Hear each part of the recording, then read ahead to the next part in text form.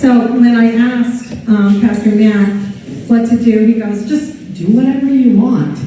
So that's an invitation for trouble. But I just want to start by saying, the theme tonight is who will you listen to? And in year A, we always have Matthew's version of the temptation paired with a reading from Genesis. We don't always have that first reading. And I think we're meant to draw the obvious contrast between the temptation in Genesis and the temptation of Jesus. But a few weeks ago, Pastor Matt called the reading from Matthew on divorce a text of terror. And I'm going to focus a little bit on the reading from Genesis as well as the reading from Matthew. Because for me, the reading from Genesis is often a text of terror. And I'll explain why. So as we reflect on that question, who will you listen to tonight? I want us to think about another phrase, which is everybody knows. Right? Everybody knows what the story in Genesis is, don't they? What happens? The snake tempts Eve, Eve tempts Adam. They eat of the fruit of the knowledge of good and evil, and sin comes into the world. It is so easy to know what everybody knows about this text that we never truly pay attention to what it's saying to us. If you ask most folks, they'll call this the fall. Adam and Eve fell. Sin came into the world. In fact, if you Google Adam and Eve, you will get 4 million responses. 4 million. Including one entitled Eve, the Fall. Her fault, actually. It states that the effects of Eve's sin continues today. And it breaks the fall, her fall, into 6 steps. Eve listened, looked, desired, sinned, hid, and blamed. I want to ask you, this is the traditional interpretation of the text, right? Where's Adam? Where's Adam? I mean, didn't Adam do the same thing? He listened, he looked, he desired, he sinned, he blamed. So why are we always focused on what Eve does? So here's where I want you to throw out what everyone knows and think about what's going on in that text, because it calls us to listen to the Bible in a very different way. And our lectionary is always really interesting because it starts off with the fact that God takes the man, and it's the man, Adam, into the Garden of Eden and says, eat freely of every tree that you want except for the one in the middle.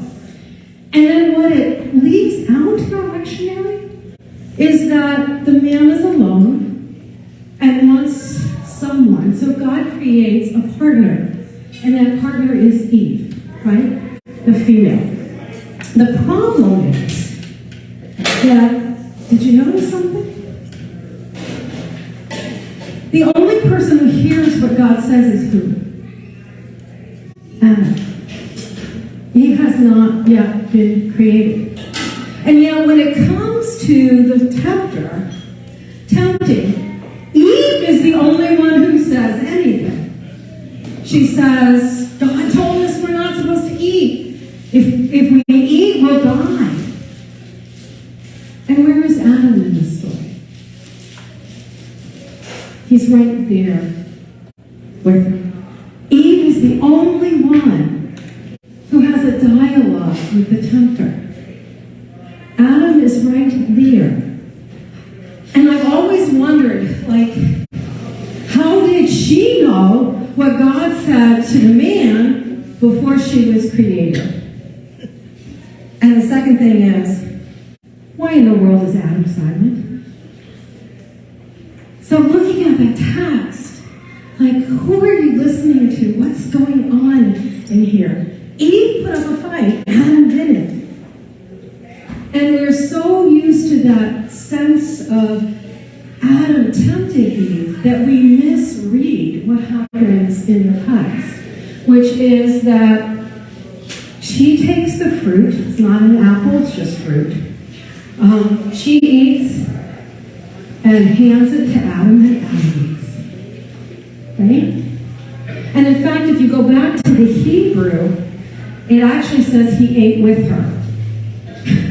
So it doesn't even say she's handing it off. It's like they're both eating together.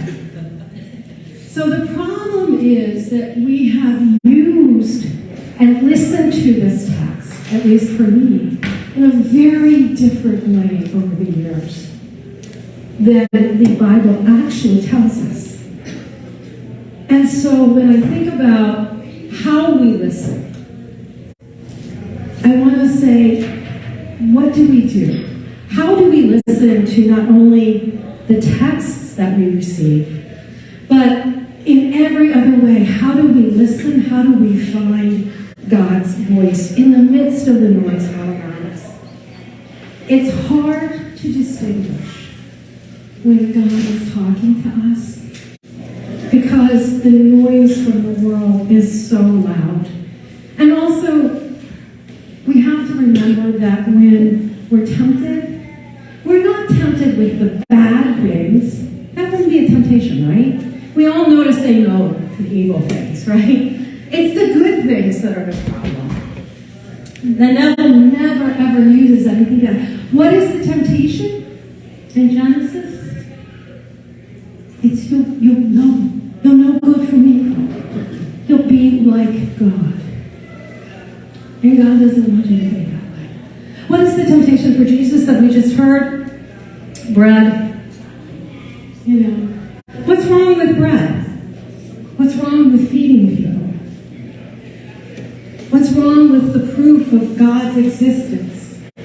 What's wrong with Jesus having... I mean, can you imagine if Jesus had the power today and came into our world today and basically said, you know, okay, this is the way things are going to run? I mean, do you think our world would be a better place? Everyone is offered things that are attractive and good.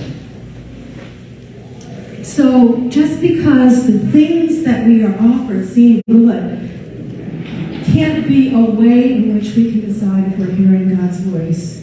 So who do you listen to? How do you figure it out? Well, part of it for me is, what do you have to do in order to do the good thing? You know, for Adam and Eve, regarding him, was disobeying God. So do you have to disobey God? Do you have to ignore what is good for you and good for others in your life? Do you have to worship someone other than God? And for me, when I think about who are we listening to and how do we listen for God's voice, the problem is that it doesn't come in this noisy, clanging way. I mean, it would be great if God, got a plane and sky wrote, "Hey, Shirley, this is what I want you to do," so that I understood where exactly this was coming from. But I always love the song that says that God's voice is that still small voice of calm. Because for me, that's where God comes in that little tiny voice that tells you what to do. I call it the Holy Spirit nudge because I often feel like that's what it is. So I'm going to tell you a story tonight that happened to me when I was a pastor. One of my members her mother was ill, and I had met her mother once or twice. And she called me and she said, Pastor Shirley, will you go visit my mother and take her communion? Now, I don't have a problem doing that. And so I thought, okay, fine. Now, Friday's my day off. And I was driving, I was doing some errands, running around, and I had an appointment with my chiropractor. And I was done I was getting out there a little earlier, so I'm like, okay, I have a little bit of time. What am I going to do with my time until I get there? And I realized I was driving right by the road that took me to Kay's mother's house. But it's Friday. It's my day off. And I want to just do stuff on my day off that's not related to being a pastor. But something nudged me and said, go. Go, you've got the time. Just go. And I always have my communion kit in the car. So I drove to her mother's house. And the sister happened to be visiting. So we had a wonderful visit, an opportunity to share, and an opportunity to share in communion. Went to my chiropractic appointment, came home, went to church on Sunday morning, and Kay came up to me in tears and said, thank you for seeing my mother. She died this morning. And it always, my reaction was exactly the same as yours. Like, what would have happened if I had said, I'm not going today. I was part-time at the time. I'll go on Tuesday when I do my visits. I never would have had that opportunity to share, to commune with one another, and to talk about her life and be with her sister. How do you listen for God's voice? How do you figure it out that it's God's voice? How do you center yourself quietly enough so you feel that nudge? And you know it's the Holy Spirit saying, go, do this. I'm asking you. Who do you listen to?